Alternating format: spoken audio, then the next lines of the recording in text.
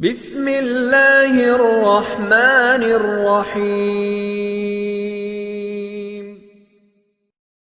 رسول اللہ صلی اللہ علیہ وآلہ وسلم نے ارشاد فرمایا،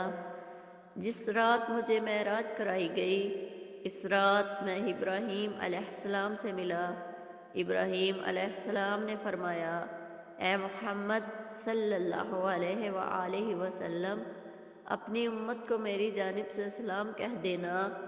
اور انہیں بتا دینا کہ جنت کی مٹی بہت اچھی